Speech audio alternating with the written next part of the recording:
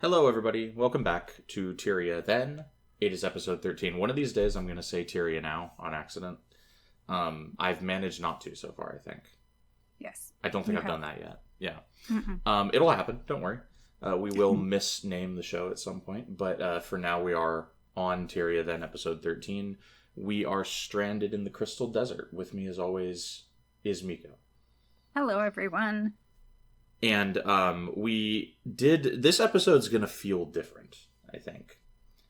It's another mission episode, so we didn't have any side quests. There are side quests, but they're next episode. We just felt like we needed to chew through these missions, get the Ascension process done, and get our characters well on their way to actually finishing the game, which we're actually drawing near the point of, which is kind of exciting. Yes, it is. So, regarding that, what happened in the plot of Guild Wars 1 last episode that brought us here? Last episode, we ventured our way into the desert. We met up with some friends, the gang, but our real objective was to find out how we could ascend, and we encountered a ghost. We encountered several ghosts because the Crystal Desert is populated by ghosts. But the big man is the ghostly hero whom we found out is actually the ghost of Tyria, who was a war marshal from the Elonian continent. And he and his buddies, Lord Valador, General Mendoza, and the other guy. I'm impressed that you remembered Commander those. Josiah. No, I'm totally looking at my notes. Commander Josiah.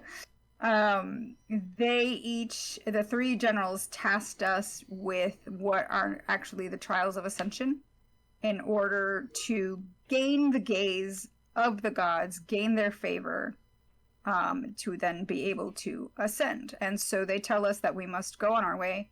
They don't tell us where we're going. They just say, go and find these places. And cleanse yourself, show that you're worthy, and then maybe you'll be worthy of ascending. Yeah, and when you say the big man, he's physically big. He's a very big guy. Yeah, he's like 7.5 feet tall, and we did his little mission that they came out with, and you get to play as the ghostly hero, aka Tyria, when he's doing the thing that the generals talk about him doing. Yes. And if you think about it in context, it's kind of a cool little prequel mission, because this game comes out in 2005, and these generals are talking about yeah, you killed some dude named Palawajoko. And yet, we don't know what that means in 2005, right? And then fast forward to whenever this came out, 2007, I want to say. And we get to play him actually doing that. It's pretty neat. Yeah. So last time we did the first of the Ascension trials, which was Alona Reach. And I feel like we had a pretty good time with it, or not too difficult of a time. We had to go and assemble some vision crystal. We had to pick up some 3 shards, run it back to him so he could complete a ritual, and that would get the gods to pay attention. And we did some side quests last episode, but they mostly just entailed talking to ghosts and it not really going anywhere. No, yeah, it was mostly talking to ghosts and running around the desert and having a bad time, or learning that Alicia suffers in the desert greatly, so do warriors. Well, it's interesting that you bring up Alicia suffering in the desert, because I've actually had to, just due to sheer DPS concerns, I have had to not bring Lena for a lot of the content that we played in this episode, because I needed the extra DPS to simply be able to kill things fast enough, because there is a lot of timed things in these 2 missions that we're about to do, and the timers are very tight if you're playing in normal mode with henchmen, especially since the henchmen are level 17 and the enemies are level 20 plus.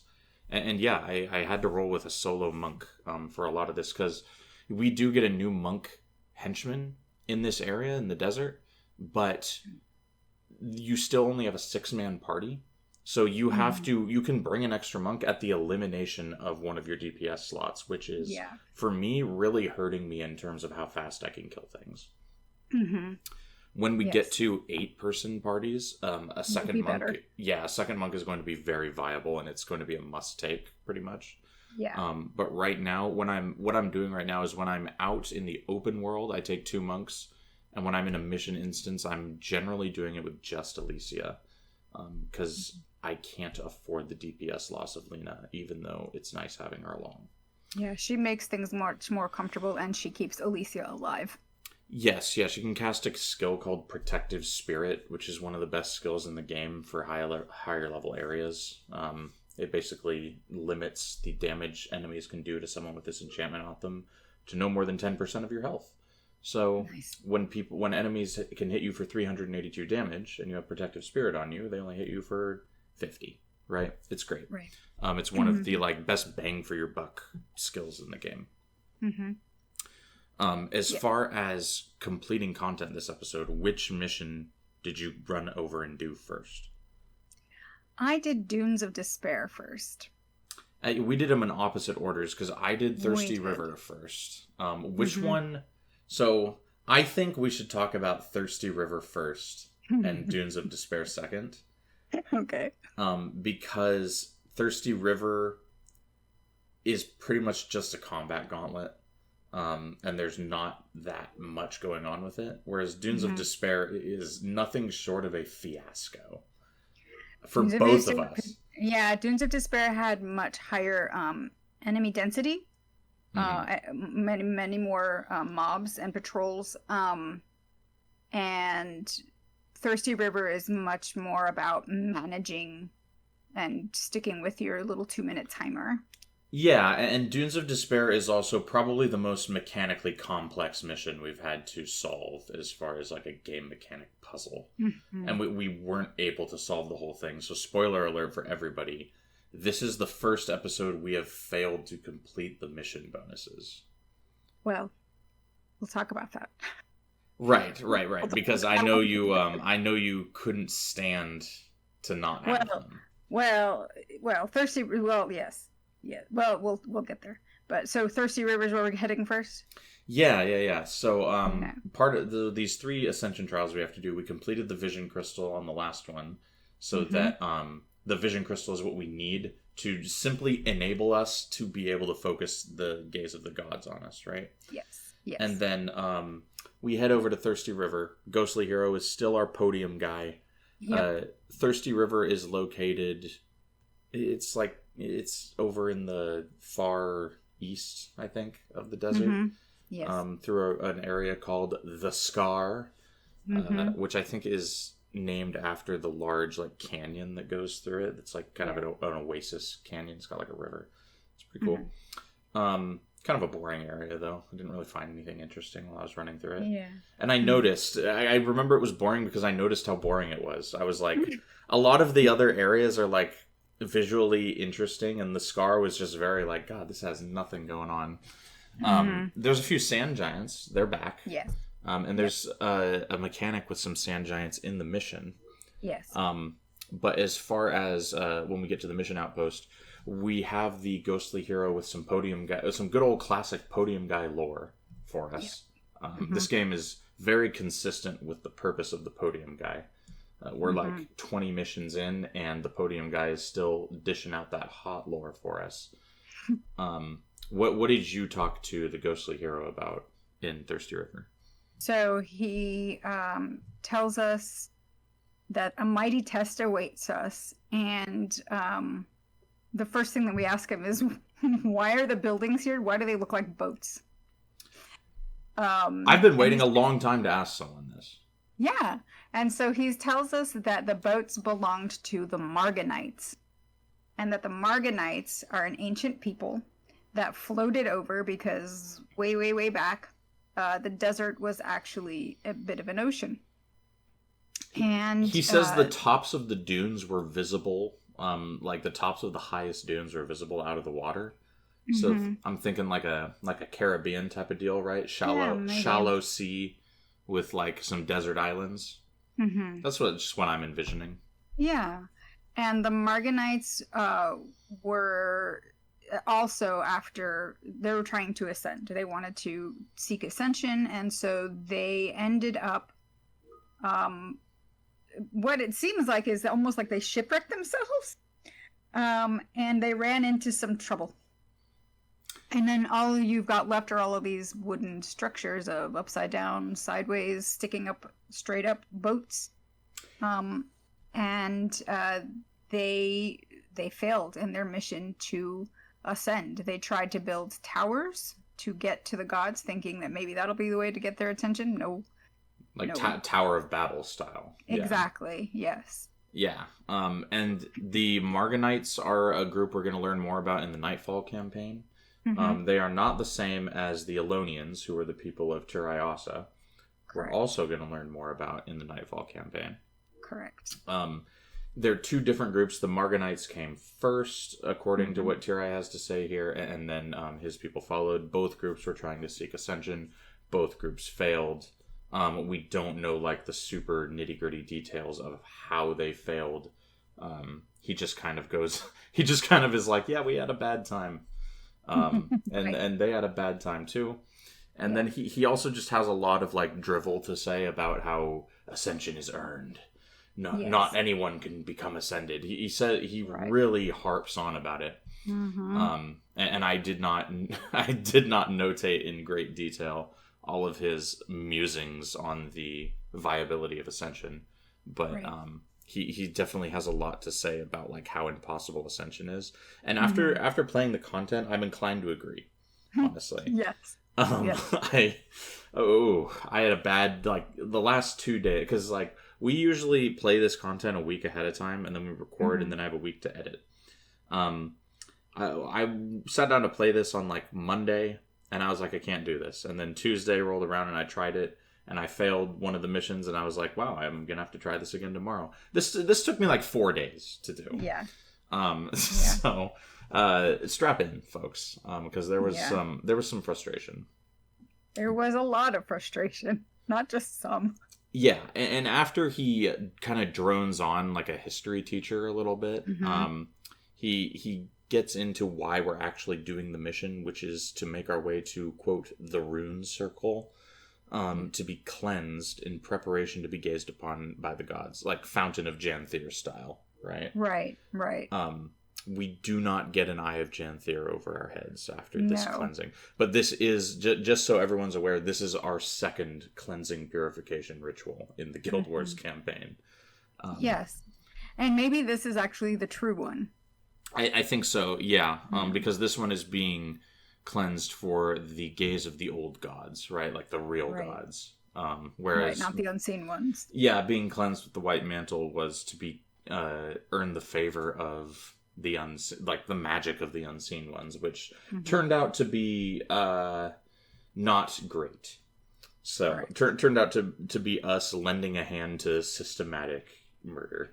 But we don't need to talk about that, right? We fixed it. It's fine. It's fine. They all got their heads cut off, but it's fine. Right. As we went over in those episodes, it's actually a different group that gets their heads cut off than the group that we saved. So it's okay. It's not our fault. Now we're doing the head cutting, right?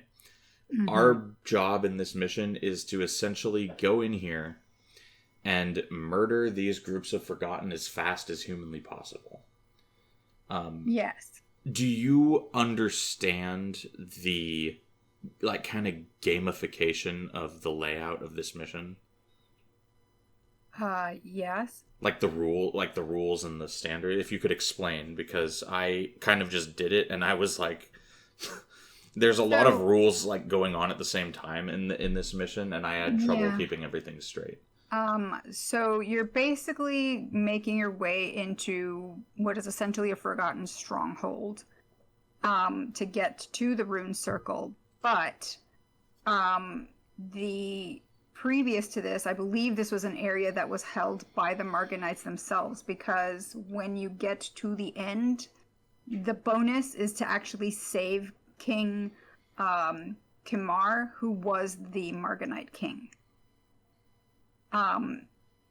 So I was hoping you'd know who he was, because I saw that guy and I saw how many patrols there were, and I was like, I don't think I'm going to be able to save him. Yeah. And I couldn't. And I couldn't either. I did eventually, but not because I did it cleanly or by the rules of our own podcast. Let's put it that way. Right. After going through and doing the mission, I was like, you know what? Why was I trying to save this king anyway? So then I went and checked the wiki because I was like, how did I not get this into my notes? And so King Kimar was the Marganite king. So the structures that you're moving through as you go through the Thirsty River mission, you have to, the ghostly hero has to basically open up some gates, but they're basically the bottom of the hulls of ships that are just sunk upright into the sand. So each area is like just a next part of a little, if you will, palace in the desert made of broken ships. Yeah, it's stronghold here being a very loose term. Loose term. It's kind of a pen. Yes. Yeah, there's several pens. There's 6 teams that you need to fight. The first area has 1 team. The next area has 2 teams, and the final area has 3 teams. Yes. And there's a cutscene in this mission. So you start the mission, and it's like kill some sand giants to get some morale. You get 2% morale every sand giant you kill. There's a bunch of devourers with the sand giants. My character actually died while I was doing this, so my henchman got the morale, but my character did not. No fun. Yeah, and you get a cutscene when entering the actual arena to fight the Forgotten, where Tyria like Oliver Wood style explaining Quidditch, like lays out the very complicated game you're about to start playing. Right. He's like, all right, there's 3 different areas, but there's 6 teams, and each team has a priest, and he'll resurrect the dead enemies every 2 minutes, but only the enemies for that team get resurrected. And I'm like, okay. And only if you've killed them, right? Obviously. Yeah. I'm just like, all right, kill the priest. Yes. I got it. Kill the priest. That's our objective. Kill the priest, and then you can win, because you won't have him rezzing his friends. Yeah, it's a very, like, the rules of the mission are kind of laborious, but once you get into the swing of it, you start to understand it. How good or bad of a time did you have trying to complete this? So I lost count of the times that I ran this mission. Wow. I spent, I don't know, I must have spammed you on Discord all day long as I tried to do this on, what was it? Saturday, I want to say. It was, yeah. This week has run together through sheer. It really has. Yeah, it has been a blur of work and bashing my head against up against the missions in this episode. So I said, I spent probably an entire day's session on it because I was free, and it I did not have a fun time, and I'll tell you why. It wasn't even so much the objectives of killing the groups, because that is easy to understand and it's pretty straightforward. What ended up happening was that I left the monk bosses group for last. Why? Why did I do that? I did the same thing because I knew it would be hard. Yes. That's why I left him for last. Why would it be hard? Because the priest is a monk, and your boss is a monk, and both of them have the elite skill that we talked about last time. Word of healing. Word of healing. Super, super strong skill. And what happens? You attack one. If they're close together, they just heal each other. Yes. You basically cannot out DPS them with henchmen who have incomplete builds. And I think I know why I was able to do this. Well, you took an extra damage dealer, which yay. So you had Lena and Alicia on your team for this? I did, because I didn't trust Alicia to not die. Oh, we died a ton in this mission. Well, yes. Yeah, because I did not have Luna. The main reason I think I was, because it came down to me and the priest and the monk boss, and we had maybe 15 seconds to kill the priest. And I think the reason I was able to pull it off is because I have knockdown skills as a hammer warrior. Do. So I can knock the priest down, and now the monk boss is the only one able to heal him, and we were able to kill him with like a few seconds to spare. Yeah. I kind of thought that after you explained the nice chain that you had set up last episode, it really came through here. Oh my gosh, I was like, oh man, Aaron is going to have a good time here. Because all of those knockdowns are going to work in his favor. Yes. And then if he takes Little Tom and they both inflict deep wound on the priest, he's not going to be able to cleanse that and heal himself. Yes, yeah, I was able to get my deep wounds off as well, which eliminates 20% of the health bar, which is very handy. I don't have access to as many knockdowns without also having a high energy cost. I started, I broke down, I started Googling, I started finding old Reddit threads, I started messing with my build. I brought Meteor for a knockdown, I took a pet skill with a knockdown. I brought interrupts, and all of a sudden, I started messing with my build so much that I handicapped myself. And I was like, right, I've got to scrap this and go with what makes the most sense. And also keep DPS because I'm taking 2 monks with me here. Right, because if you take knockdowns and interrupts, those come at the cost of DPS oftentimes. And if you fail to land them properly, then it's just a massive waste. Right. And you're out of energy. And yeah, it's just, it spirals very quickly if you do not land the skills properly. Whereas with Hammer Warrior, you could just spam knockdowns all day and do damage on top of it. Did you remember to bring a Signet of Capture with you any of the dozens of times you ran these missions? So I was going to, or I thought, well, maybe I'll bring one. And then I realized, no, you cannot, Miko, because you need all of your skill slots to actually have skills that you can use for the fight. It came down to all your skill slots needing to be in play. Correct.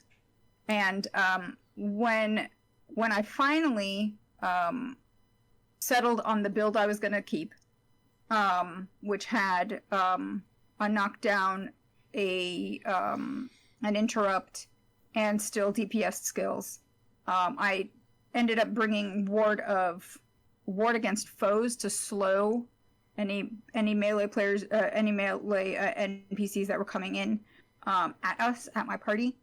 Rather than ward against elements, because I only needed that one against the Ele bosses group, and I was like, fuck that. I'll just go in and kill them. And so it was the better ward to bring. I realized that I could pull the monk boss, away from the priest, and he will actually chase you. And I was like, aha! I have a strategy now that is guaranteed to win so long as I have another player with me, because I cannot flag my henchmen to go in and kill the priest. And I don't trust them to survive. I don't trust them to be able to do it. Right, because you only have, if you're out with the boss, you only have 3 DPSers left, and they're not going to be able, if the enemies respawn, it's just going to be over. Right. And the monk boss's group has an enchanted bow in it that stays with the priest. And that blinds your melee characters. Yes. So I was like, okay, I definitely need another human being to pull this strategy off, but it's doable. And so I was messaging Aaron this, and I was like, Aaron, if we do this together, I think we can win. And he was like, okay. And we logged in at the same time. We were all set, and Aaron's like, I want to try and do this. I wanted to see if I could do it. And I was like, all right, fine, that's no problem. And he's like, I'm going to do it, and I'm not taking Lena. And I was like, boy, howdy. All right, you go for it. And I called my friend Star, who was on standby, and I was like, let's do this. It's for the sake of the podcast. Bring your heroes. And so that's how I cleared it. Because I had friends. It had to be done. It had to be done, and I got the bonus, unbeknownst to myself until the end. We saved King Kimar, and there you go. So it's significantly easier with like player build the heroes and Yeah. helper. We had Dunkoro. We had Sasuke for his actual fire build. For his We had anime damage. Yeah. And we had Gwen, who's an actual like badass mesmer, and Livia on a minion mancer. Yeah, when you can start, so like that's kind of the standard, because that's similar stuff to what I run on my heroes. I think triple mesmers is meta right now, but I usually run a triple ritualist and double necro thing, like lots of spirits and minions. Yeah. Like when you're limited to 8 people in your party, the most powerful thing you can do is make your party bigger. Right? Yeah. So once you got a necro with like 12 minions going, and you've got 3 ritualists, each of whom do like 4 spirits each, you've got a small army per battle, and it makes things absurdly easy. And the meat shield, they did what they're supposed to do. They ran after things and they just killed them. Yes. And then Sasuke from the back, raining fire, and Gwen doing her thing of hexing people. It was great. 20 minutes and we were done. I'm like, I spent how many hours on this? Yeah, I had a lot of deaths. There was a lot of deaths and rezzing. We ran out of res signets, and I had to use my res signet to get Alicia up for her final life. If she died again, it would have been over. And yeah, we kind of just brute forced our way through the first 5 teams. I did have some teams respawn on me, and I just had to kind of white knuckle through it. Yeah. And there was a lot of flagging happening. Because you cannot micromanage individual henchmen. You can only manage the group. And there is one primary issue as to why I couldn't get the bonus on this mission, and it is because your henchmen will not heal an ally. They will only heal party members. Right. So, like, this guy that we have to keep alive, Alicia is not going to heal him. I have to babysit him by killing things. Right. That was not an option for me. No. So the bonus had to be left by the wayside, unfortunately. I have forfeited the bonus for Thirsty River. And yeah, I think the key to winning the final fight with the 2 monks for me was the knockdown skills. Yeah. Because I was able to knock down the priest, and that cut their healing in half, and I was able to get the kill on him. Once you complete this mission... Oh, and the skill that actually gave me the most grief in this mission, because I'm a meleeer that you probably didn't even notice, is a skill called Consume Corpse that the Curse Breakers, or the Curse Bearers use. Yes, I was trying to interrupt that as much as possible. They just fucking teleport around. Oh yeah, I know. Because what this skill does is, when you use it, you teleport to the nearest corpse, and you consume it, and gain, like, health and energy. First of all, cannibalism. Yes. If you're fighting, like, enemies of the same race as you, right? Yeah. And then, third of all, pretty powerful, right? They keep teleporting away and healing. And getting energy so they can keep casting stuff on you. Very annoying. So yeah, I was very sick of that by the end of this. And I somehow managed to win. Everybody had, like, between 15 and 30% death penalty on them, I want to say. Yeah. The Enchanted... I did not remember to bring a Significant Capture either. I think Warrior's Endurance is the only skill I can capture here anyway. And I primarily use Adrenaline for my attacks, so it's not super useful for me. Right. At the end of this mission, there is a little bit of a cutscene. Did you happen to take notes on what happened in the cutscene? No. Yeah, I didn't either, because I was too overjoyed at completing the mission. Overjoyed that I made it. And, yeah. Yeah, so... it's not that much. He just says, "Congratulations." His voice really sounds like that, by the way. Yeah. All of his voice acting is like, "You have completed the trial." Yeah, that's a very good imitation, by the way. Yeah, I like his voice acting. It's way over the top, but it's great. Yeah, it's great. It's a vibe. It's a whole mood. Under the scrutiny of the gods, your souls will be pure, your bodies cleansed. You are ready for the next phase. And yeah, he's like, "You have completed the first trial of Ascension. You may now bathe in the rune circle, or whatever he says, right? Yeah, you're cleansed, basically, and you're ready for the next phase, is what he tells us. Yeah, so we've got a vision crystal now, we're cleansed, and we're ready to be looked upon by the gods. But what do you have to do to get someone to look at you? You gotta get their attention, brother. Yes. So we got to go to the Temple of Ascension next in the Dunes of Despair mission and like write a big SOS on the ground. So that the gods will, at least one of them, right, will like turn an eye over and be like, oh, what's going on in Tyria? Notice me, senpai. Yeah. Pretty much. So we have to now go all the way over to the complete ass opposite end of the Crystal Desert, over in the Vulture Drifts, which is an adjoining area to Prophet's Path, which is kind of the first area we went through. How easy was it for you to find the portal to the mission outpost in Vulture Drifts? I feel like I found this one faster than I found the portal to Thirsty River. Or no, maybe this was the one that I had to like go around a corner and then around another corner, use a teleporter, and I was like, look, there's another teleporter up there. How do I get there? I don't know. Let me go around this corner. Oh, look, another path, and there's a portal. That sounds like the Dunes of Despair journey to me. Yeah, it was there. Because I have a whole video footage of me just being utterly lost here. Backtracking, teleporting all over the place. The real mission, I thought at first was finding the portal until I started actually trying to do the mission, and then I realized that I didn't even know what I was in for yet. Kind of fun.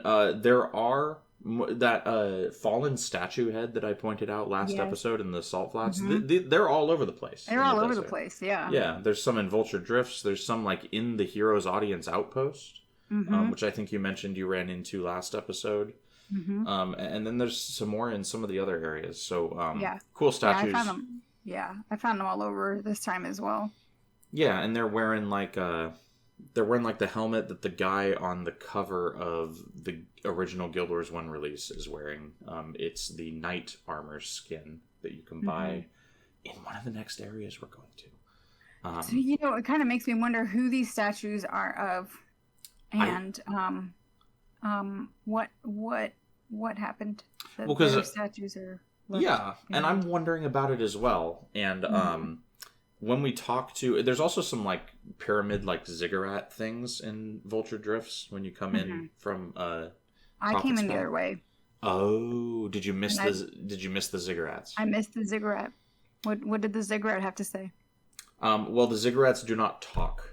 Unfortunately, did they have lore information? I could not click on them. I could not click on them and interact. Oh. I did not kneel at the ziggurat. I should have. Maybe an avatar of Grenth pops up and gives you a quest to go like do some weird desert spice drugs. But yeah, I didn't get the ziggurat drug quest, unfortunately. Okay. I'll check for it next episode. They're just kind of there. They're there and they're hanging out. They're near they're near Dunes of Despair. They're kind of cool. Once you get into the Dunes of Despair outpost, Turai Asa has some stuff to say. He is our podium guy once again. Yes. He had an interesting line where he says, the sun still torments him despite the fact that he can no longer feel its warmth. Because all he wishes is that, like, because when you're alive, you can't stand the heat of the sun, but now that he's dead, all he wants is to feel its warmth one more time. Yeah. I was like, it's kind of cool. Yeah. I like that. It's good writing. Even if it's a little bit cliche, I still kind of like it. Right, yeah. And basically what he has to say is, this is kind of our launch point for getting to the, quote, Temple of Ascension. He talks about the fact that his people, the Alonians, are the ones who built all the, like, stone architecture. He says, my people built structures when they came to the desert, including this temple. So I think we're to take that to mean that they built, like, the obelisks we were talking about last episode, right? And a lot of this, like, these archways that we find and those ziggurats and, like, the more modern architecture that's kind of reminiscent of like ancient Middle East and Egyptian stuff. Right. And I think that might be who built those statues. Yeah, makes sense. But we are doing a quest chain next episode that's going to involve one of those statues. So maybe we'll find out that I'm wrong.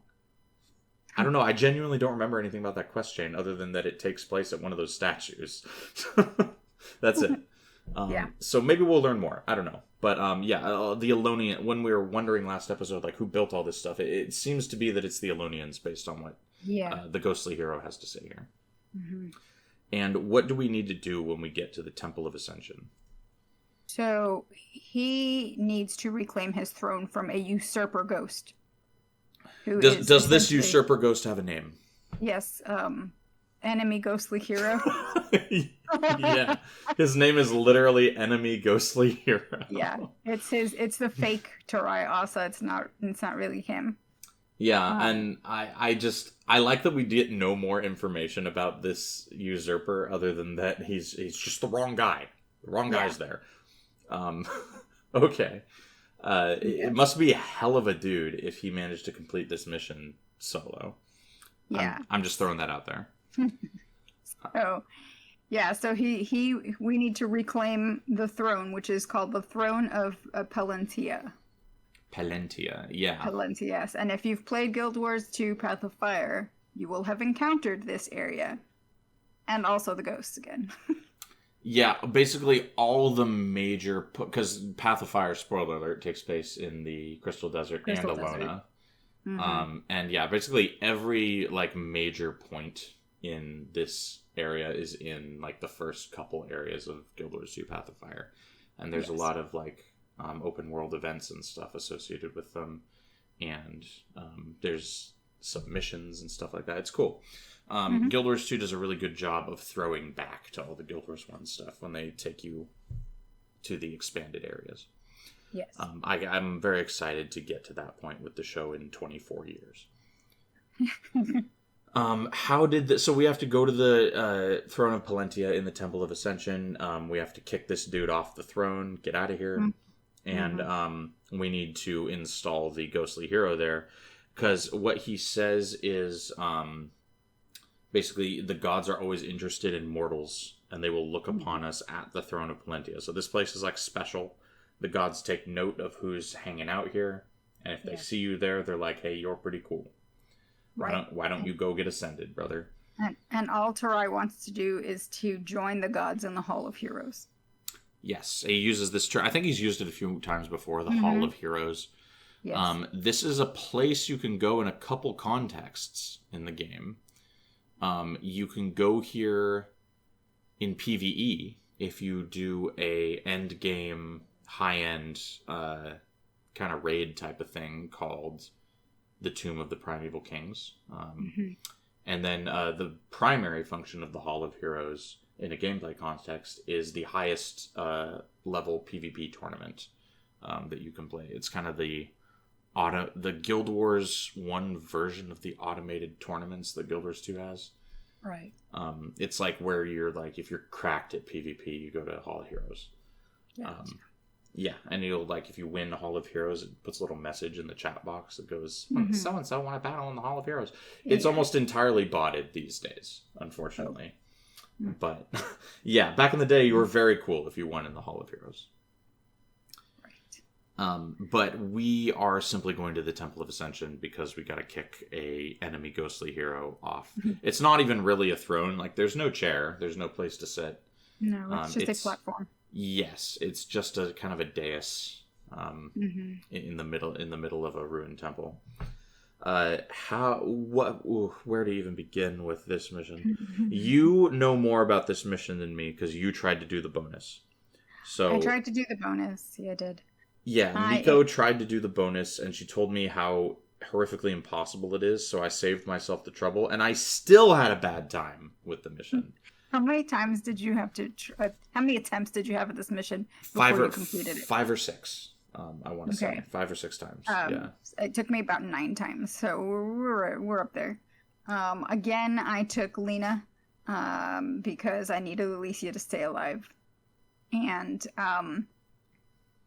I took little Tom, I took Orion, and my notes say I'm not sure if I should have because I wasn't sure that he was really contributing much. And I took Dunham. But anyways, here what you're having to do is run through the dunes, get the ghostly hero to follow you. He just stops randomly sometimes. He does. Yes, and you have to go back and talk to him, and you're like, I am following so and so, and you're like, great, thanks, keep up, Mister. And then eventually we can peel off to the west, pick up what is called a slow totem.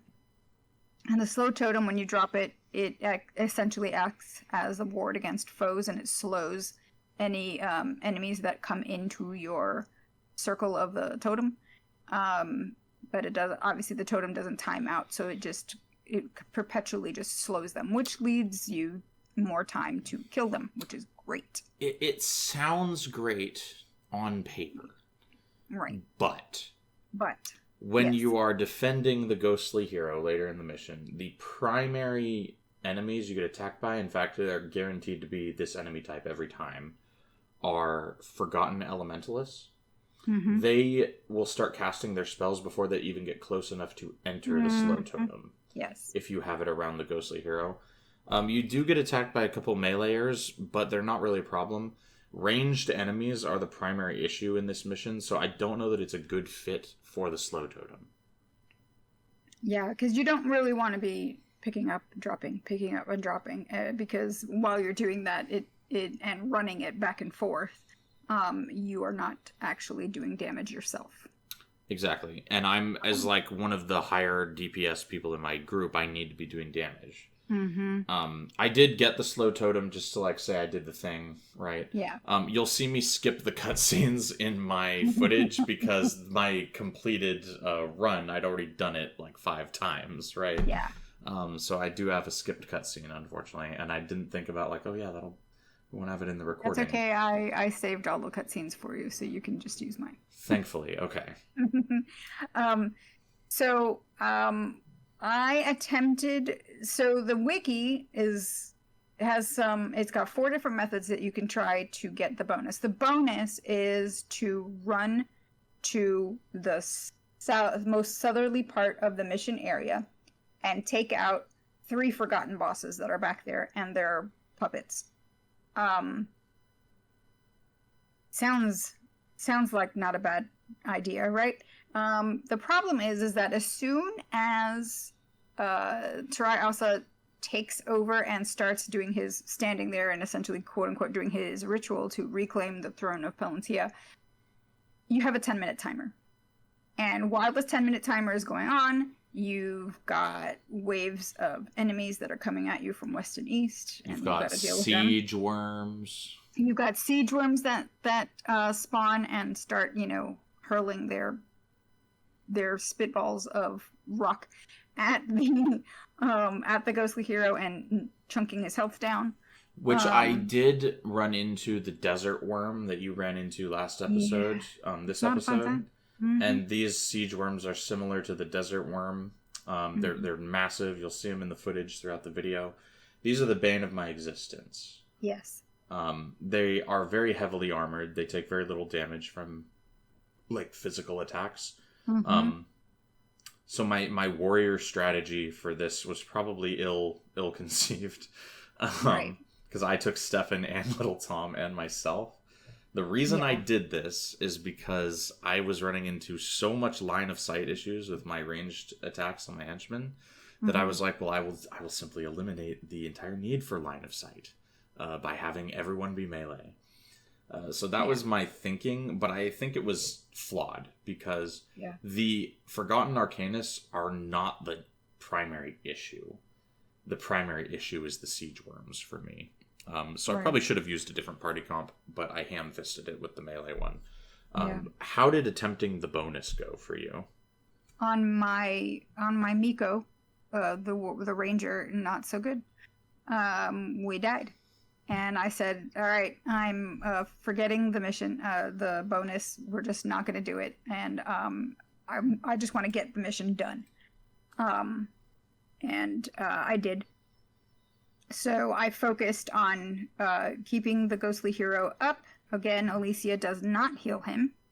I needed to take out the worms, so I focused on taking out the forgotten groups that come in from west and east. And then I went and peeled off and did a worm, came back, dealt with a forgotten boss that shows up from one direction, and his group, peeled off and took out another worm, then dealt with, I think, one other group of forgotten, then peeled off again and did a third worm. I must have taken out the 3 or 4 worms that spawned. And at some point, we were stopped being attacked, and I was like, okay, cool. I have a couple of minutes. There's a really low-hanging One Direction joke to be made there, and I'm just gonna not. Go right ahead. But I just find the idea of the lineup of the band One Direction containing a forgotten boss from Guild Wars 1 very amusing. There are 4 worms. Yes. One spawns at like the 3-minute mark that that really pissed me off. Yeah.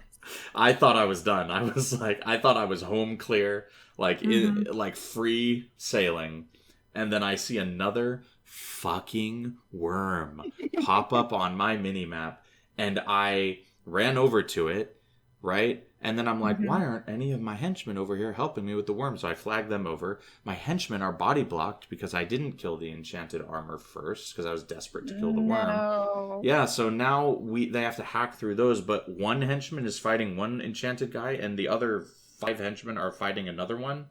And the time it takes them to chew through them is way too long, and the ghostly hero dies and I have to restart. Yep. So, yeah, Well, see, and that's the thing. I think, like, I have being able to have skills that put conditions as well as damage on helped me, because I was able to just do poison on basically everything and help them to die. Because I don't think you can bleed them. Can you poison the enchanted armor? No, you can't, but I had other things that could harm them. The enchanted swords, the meleeers, they're some of the most heavily armored enemies. Like, I hit these guys for like 13 damage with like my heavy attack skills. Yeah. They're almost as heavily armored as the siege worms are. And yeah, so those, like, for the siege worms especially, that burning and poison that you can do as a ranger would have been phenomenal. Yeah. I did have Orion, but he doesn't burn that much. He doesn't burn as much, and I think at that point I was using some fire arrows arrows of fire. I think that's what the skill is actually called, and it's a fire element skill. So I used that as well as the poison. I couldn't use the poison. I was like, well, then I'm going to fry you. And then let Orion get some damage in, and then Dunham to at least try to slow him down. Yeah. With the bonus, doesn't the method for completing the bonus, like, even with players in your party, isn't it, like, wild? It is wild. It is very wild. It's really hard, right? It is. You'll probably see some footage of this bonus being run. And what I did to complete it was I took my main and her heroes. And I was still running around all over to make sure that the ghostly hero didn't die. At that point, I brought Healing Spring to, like, just pop and kind of bubble him up to top his health back up, because that actually does work. I think Dunkoro was actually popping some heals his way, which may have helped. Heroes might heal him. I'm not sure, but heroes might heal them, whereas henchmen might not. Yeah, I wasn't sure if Dunkoro would, so I took Healing Spring just to play it safe. So you're still just... I was watching the 10-minute timer and knowing when things were going to be spawning, when the... forgotten groups were coming, when the siege worms were going to pop, just to make sure that I was getting back to the ghostly hero. So, it was kind of just a lot of running back and forth. Gotcha. Yeah, that sounds very unpleasant. It sounds very utterly undoable with level 17 henchmen. No, and clearly even on my main, I had not attempted the bonus. I don't know if I was even trying bonuses at that point when I first started this game. I have a feeling I did not. But I hadn't cleared the bonus on this one with that character. And so now she's got the bonus. And I'm like, well, hey, thanks. For the sake of, science and the podcast, we got some bonus footage on that one as well. Yeah, and I Again, do... with heroes. Yeah, I do like that you went the extra mile in the research department to experience the content. That's dedication, is what that is. Yeah. Well, I mean, I tried with our podcast character. I tried to 2 of the 4 methods that the wiki recommends. One is to try and cheese getting the timer started by running past the Mesmer Forgotten Bosses group, leaving one of them up, which is usually the boss itself, going onto the bridge and using that as a choke point to kill all of the things behind the fortress. And then once you trigger the cutscene, then going back, killing the boss, and then coming back and, continuing on with the mission. That sounds like a whole lot of bullshit. It's a lot of bullshit, let me tell you. Because inevitably I would screw some step up, wouldn't actually, kill him because the henchmen would decide to engage. Even when I was flagging them and I was like, no, really, come this way. I tried all sorts. I ran into a lot of AI issues with my henchmen this time. Body blocking is one thing, but sometimes they would attack if I called a target, and sometimes they would just stand there and not hit anything. Yeah, would just take damage. Yeah, the primary issue is the body blocking. Yeah. Because the enchanted armors, they're highly armored and they're very difficult to kill quickly. So they'll sit there and block your henchmen for 30 seconds, 45 seconds, Well, on a 10-minute timer, it's a huge deal. It is. But I literally, in Thirsty River, I literally turned and saw Little Tom just standing there, not hitting anything, just standing there. Because his AI has latched onto an enemy that he has no path to. Yeah. Yeah, he did the same. Friend. Yeah, he did the same thing in Riverside Province with the guys up in the watchtowers. Mm-hmm. My warrior, if I moved him around, I could find a spot where he could attack, but Little Tom couldn't figure it out. Little Tom struggles with with many things. The poor guy. I had a lot of weird stuff happen to me in this. So we were doing the mission and I was like, I swear to God, there's a 4th worm. That happened. And then I also had the ghostly on my final run. I don't know under what circumstances this happens, but the ghostly hero actually healed pretty much to full around the 90-second mark. Thanks. With 90 seconds left on the clock, he got a full heal. It was after I'd killed the 2 worms out by where the one respawning worm is. Mm-hmm. I don't know if he doesn't have a self-heal skill, otherwise he'd freaking use it, right? Maybe I'm crazy, but yeah, it's in my footage. He gets a full heal, randomly. That was great, and he still was almost dead when I finished the mission. Oh my gosh. Yeah, he still had a sliver of health when I finished. So I don't know if I got lucky or what, but I did manage to finally protect him for 10 minutes. Good Lord. What a fiasco. Mm-hmm. Because the worms, essentially what they do is they siege him. They have a worm attack called Worm Siege. Yes. And it just flings a projectile across the map that does 40 or 50 damage on impact. Mm-hmm. And there's 1 worm up, and then there's 2 worms up, and then there's 3 up. And if you don't kill one fast enough, there's going to be 4. And by the time you get 1 killed, that 3rd one, or that 4th one pops. So you really need to be able to kill these worms fast, and they're extremely heavily armored, and I could not kill them fast, and I had a bad time. Yeah, and the wiki, to the wiki writers, editors' credit, they do tell you that, the ghostly hero can withstand maybe 1, maybe 2 worms, but you don't want to get more than that. Because if he has more worms on him, and then as well as taking damage from the Forgotten groups, it's not going to go well for him.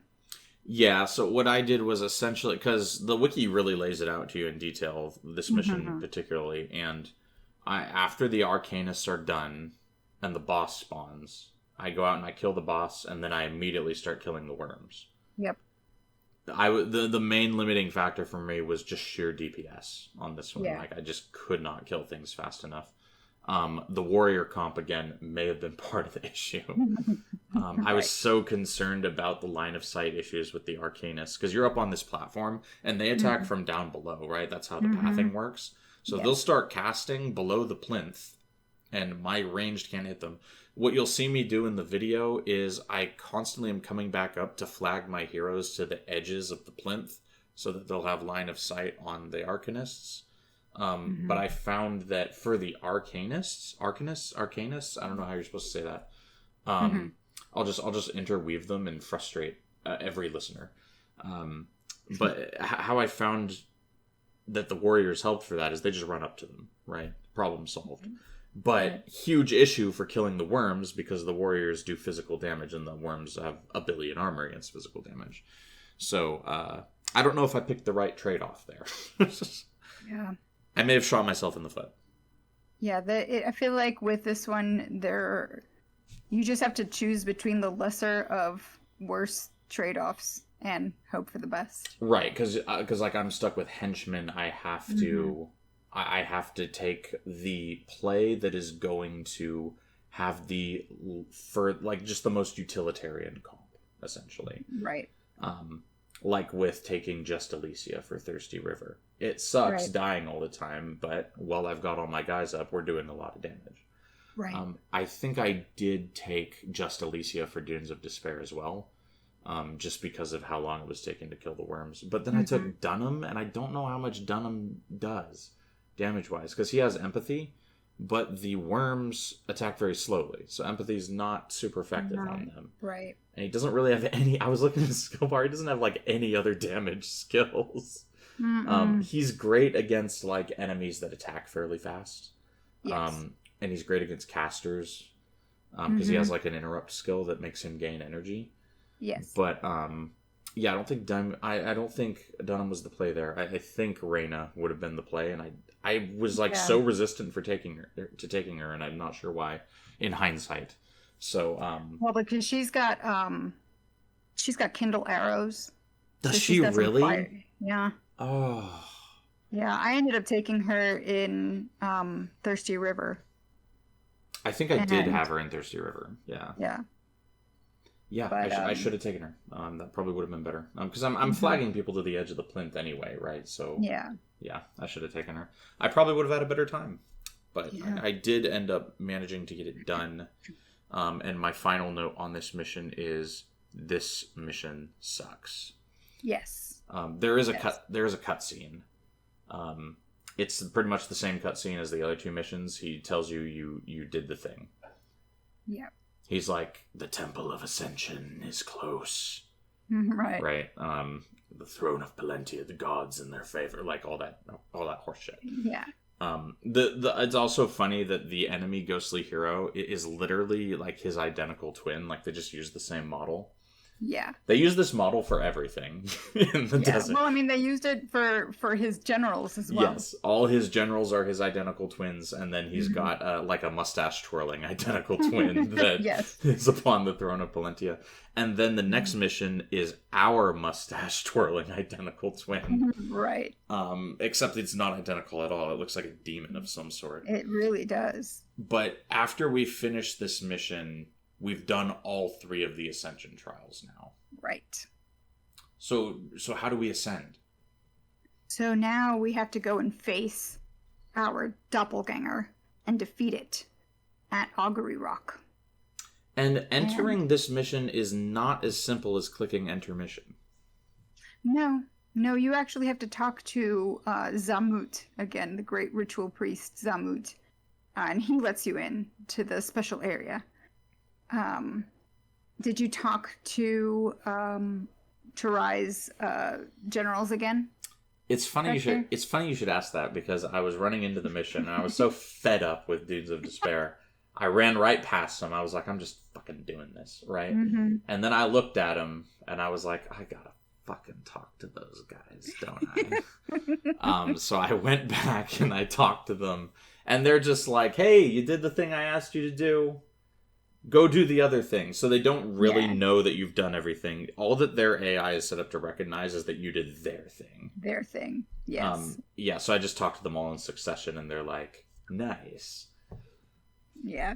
Maybe Tyria will be happy now. Exactly. That kind of thing.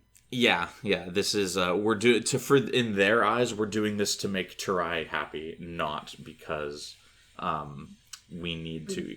You know what? I don't even really know what we need to do. I don't know what our overarching goal is. Defeating the White Mantle, I guess. Yes, because Vizier Gilbron told us to. Yeah, remember that? Yes. Remember that guy? Yeah. Who was in the game for one mission? Twirly mustache. Yeah, he's like, your friends are all dead. Go and ascend, and then you can go get your revenge. And we're like, okay. Get on this boat and go where I send it. Yes. Goodbye. Yes. That's more or less what the plot of the Crystal Desert segment of Guild Wars Prophecies is. Yeah, so we've done this thing. We just, we had a hard time with these last 2 missions because Vizier Kilbron told us to. Okay. Yeah, that's pretty much where we're at. And thankfully, maybe it's because we have the favor of the gods, but this mission is an absolute cakewalk. Joke is the way I was going to put it, but yeah. So it's silly. Yeah, we step on some rocks and they've got like a rune on. They're cool actually. Like they're glowy and you step on them and you get like a fire animation and you get a status effect that's called Divine Fire and you're like you got like this white glow. It's very cool. I like it. Yes. Yeah, and it's got a very cool cutscene as you run across the little stone path. It is a cool cutscene. It is the most 2005 cutscene I've ever seen in a video game. Yeah. Mm-hmm. The rock breaks apart into like 3 polygons as the front of it collapses off because you focused the favor of the gods upon you and you've broken the rock open. And there's a sweet temple inside. Mm-hmm. There's like golden statues of each of the I was looking at them as your character walks in because you walk in a cutscene, and it's like gold statues of each of the different gods, which is really cool. And it's like a very opulent chamber with like a double-sided crescent staircase going up. And who comes out to meet us in the temple? Our doppelganger. It's literally just called it might as well have been called enemy ghostly hero. Seriously. Yeah, enemy player character. And our doppelganger is dressed all in black and has no hair and really no face. It's just got a skull that is on fire. It looks like Ghost Rider. And it carries essentially a polearm. Who knew that the enemy waiting within the rock was Nicolas Cage all along? Yes. Nicolas Cage with a spear that also functions as whatever weapon you happen to be wielding. Right. Yeah. And you have in normal mode, which is what we did here, our bonus objective is to defeat the doppelganger in under 10 minutes. Is it really 10? It gives you 10 minutes? 10 minutes. Yeah. That's incredible. I know. How long did it take you? I think maybe 1 or 2 minutes. It took me about 25 seconds, I want to say. There you go. Good job. Did you change your build at all for this? Yes. Okay, well, how did you change your build up? So I took because I'm a ranger, I have a pet. So I threw a bunch of points into Beast Mastery. I took all pet skills because the doppelganger will slot whatever skills you have on your bar, but does not come equipped with a pet. So cannot actually do any damage to you unless you have a damage output skill. Beyond basic attacks. Yeah. Yeah, and so I brought out I think I took 1 damage skill just so I can make sure that my pet was actually running at it and actually jumping at it and inflicting its bleeding and whatnot onto it. And that was it. We were done and we won. And I got the bonus. Yeah. It is a very silly... It's a silly mission if you know how to manipulate the AI. Yeah, it's not really... it's not a real mission. It's just kind of flavor. It's just there for flavor. The completing the 3 trial missions are really where you earn your ascension, right? Absolutely. This mission is kind of just like, okay, here it is. I didn't change my build. I considered changing my build, but I was pretty sure I could do it without, because my build relies on a fairly specific skill chain to execute properly, and the AI doesn't know how to do that. No, yeah. So and do you have to rely on a lot of adrenaline building on yours? Yes, yeah. And I mean, I do have 4 Great Justice, which means he does too. But I don't know if he knows when to use it. Right. And I didn't take a heal skill because I figured if I just execute my build better than him, I will win, right? And I won't need to heal. And that turned out to be the case. I managed to kill him very, very fast. So yeah, I got the mission and the bonus as well. And the wiki is very helpful here because it does have a guide for this mission, and it breaks it down for each profession. If I remember correctly, in hard mode, this can be rather difficult. Yes, in hard mode, you have 20 minutes to kill the doppelganger to get the bonus. I would have thought it would be less time in hard mode. No, 20 minutes. 20. Oh, no, I'm sorry, 2 minutes. I misread my own notes. Yes, 2 minutes. Sorry, 2 minutes. I was going to say 20 minutes. But I'm pretty sure that the cheese strat of taking a pet still works. I see no reason why it would not still work in hard mode. I think the way I usually did this was with spirits, because all you have to do, he will stupidly go and attack all your spirits, whereas you could just like run out of the range of his spirits. Right. So yeah, the basic way you beat this mission is to just use the AI's own stupidity against it. Yeah, pretty much. And yeah, it's a very free mission in that regard. I wish we could spend more time in this temple because it's really cool. It is a very cool temple. But we get to go back to it in Guild Wars 2. We do. And you can spend, I wouldn't say as much time as you want, but after you complete the world event that happens there, you can hang out there for a while. Yes, you can. And you can explore to your heart's content. So it's pretty cool. We'll probably do that when we get there. Yeah. Because, yeah, it's a really neat temple. You guys will see it in the video. And as far as the cutscene that plays at the end of this mission, who makes a return? So the creepy voice narrator that showed up at the end of Henge of Denravi. Aurora Glade. Or was it Aurora Glade? Henge of Denravi is the name of the town outpost. When we go and capture, essentially, and get the Henge of Denravi on our side. At the end of Aurora Glade, yeah. At the end of Aurora Glade. So, at the end of Aurora Glade, and yes, so that is the creepy voice that comes in and basically tells you, you've done a good job.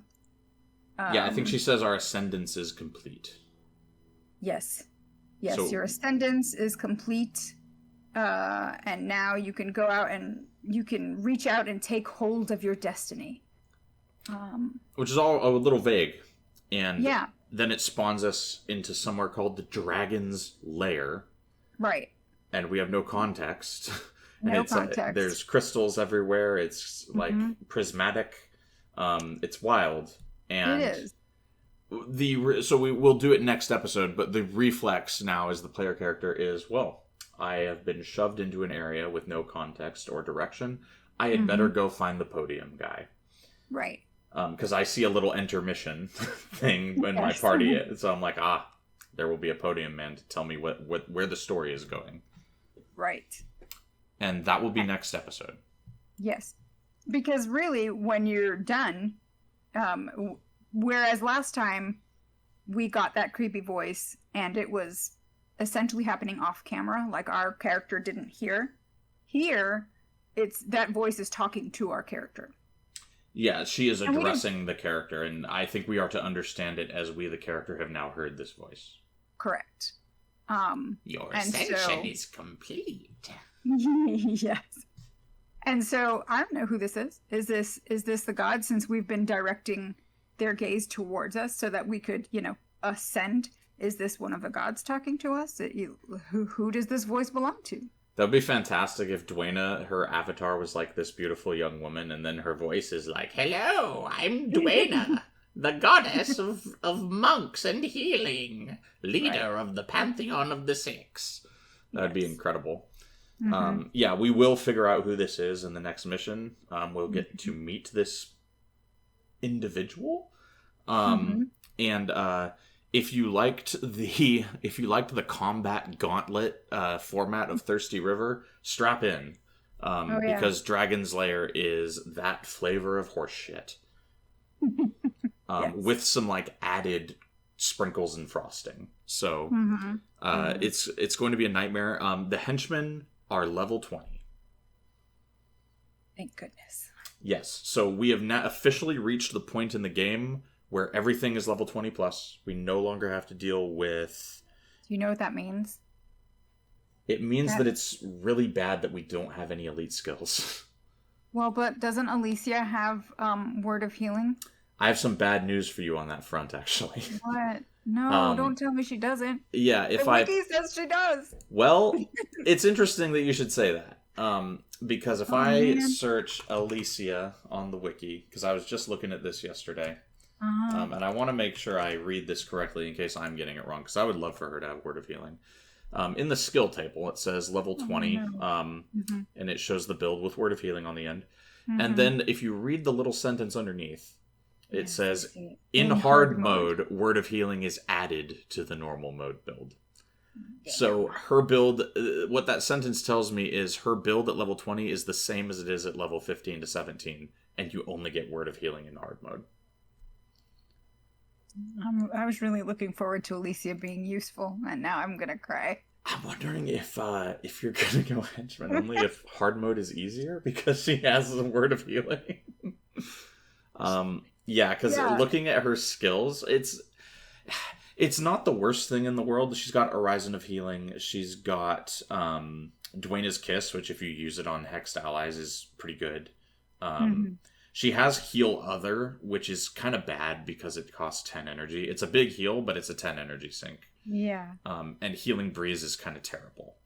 Right. So her best use would just be to spam Orison of Healing, honestly. Like, she shouldn't even... Orison of Healing, she has this Divine Healing skill that is like a group heal for 5 energy. If she stuck to her 5 energy skills and her res, she'd be pretty competent. But she blows the hell out of her energy on Healing Breeze. She loves Healing Breeze. Really it's does. her favorite skill. It She will cast that shit on everybody. I know. And I'm like, oh, she's cast it on my pet. She's cast it on me. Thanks. Yeah, and it's a huge waste of energy. And then she likes blowing it on Heal Other as well. Like that's a couple great heal openers, but then all your energy's gone, right? Right. So yeah, if she had Word of Healing on her bar, that would be great. I'm going to keep an eye out for it in the episode just in case the wiki is wrong. I'm praying it is, but yeah, according to the wiki, she will not have Word of Healing. I think henchmen only get elite skills in hard mode. Wow. Yeah. Great. In fact, I'm considering switching to Warrior Monk and becoming a Word of Healing warrior. And you actually know how to heal because you used to. That was like your main. You were a main monk. I was a monk main. A monk main, yeah. Yes, I created a monk main mainly because I was a warrior main at first, and nobody would take me in their group to do stuff. Of course. So I was like, well, if you can't beat them, join them. So I rolled a monk, and then I had no problems getting teams ever again. There you go. What I might do going forward, though, is I might switch... Because, my pet's level 20, but I don't know how much I'm actually getting out of the pet. I might actually switch to Warrior Monk and get, Healing Hands or something like that. Vigorous Spirit. One of those that, passively heals me while I play. And that would take a lot of pressure off of Alicia and Lena as I run into the fray. Right. So I may look into it, but I don't think you can get any of those good warrior healing skills that pair good due to the low energy cost until Ring of Fire, and at that point we're done with the game anyway. So pretty much, yeah. Yeah, I don't know what I'm gonna do, but the outlook is bleak in terms of our healing options. But next time we'll run Dragon's Lair, and I think we're gonna do some side quests. Yes, yeah. There's a few side quests to do in the desert. There's these 3 little outposts. So there's the 3 mission outposts, and then there's 3 little cheeky outposts that aren't missions. But they have some ghosts in them that have quests, and just some ghosts that have like some flavor dialogue and stuff. I'm probably going to run through all of them and talk to everyone just to see what can be uncovered. Yeah. And then there's definitely a quest chain we're going to be doing where we're going to raise our attributes. Yep.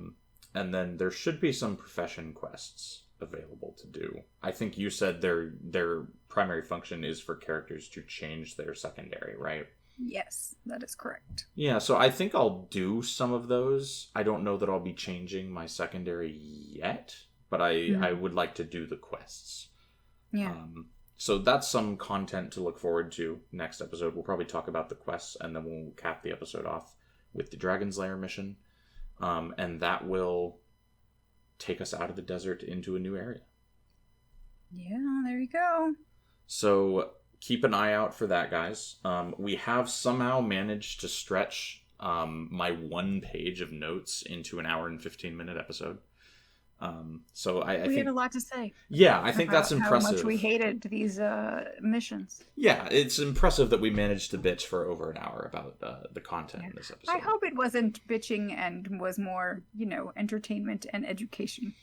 I pray that, the educational aspect here being, don't do this with just henchmen. Right. If at all possible, phone a friend. Phone a friend. Unlock heroes. Honestly, bring them along with you. Honestly, guys, just play Nightfall first, and then go back and play everything else with heroes. I'm like dead ass serious. We weren't kidding when we said that things in prophecies would be difficult. Yeah, no, because of a lack of heroes. Well, and that's why I'm kind of scared of factions, because factions has a little bit better henchmen, but it's got way harder enemies than prophecies with way bigger mob density. I know. So I'm kind of, I don't know how we're gonna fare with just henchmen, but we'll give it a go. Mm-hmm. So until next time, Miko, where can people find you online? Online, you can find me at Inky Sticks on Twitter, YouTube, Instagram, things like that. Anything that's a website. Social media oriented. Yes, any app or website she is Inky Sticks on. As for me, please just hit the subscribe button on the Tyria Now YouTube channel. Watch the Tyria Then episodes. Guys, if you're fiending for Tyria Then. If you're fiending for episodes of Tyria Then, just go back and watch it again. Watch the whole show again. Yeah. I guarantee you. We've got a lot of these now. Yeah, I guarantee you there's something that you'll be able to get out of a rewatch. And then new episodes every 2 weeks. This is going up on Monday, July 8th. The next episode will be Monday, July 22nd. So keep an eye out on the 22nd for episode 14, where we'll talk about Dragon's Lair and getting some extra attribute points. And until next time, guys, we will talk to you later. Bye. Bye, guys.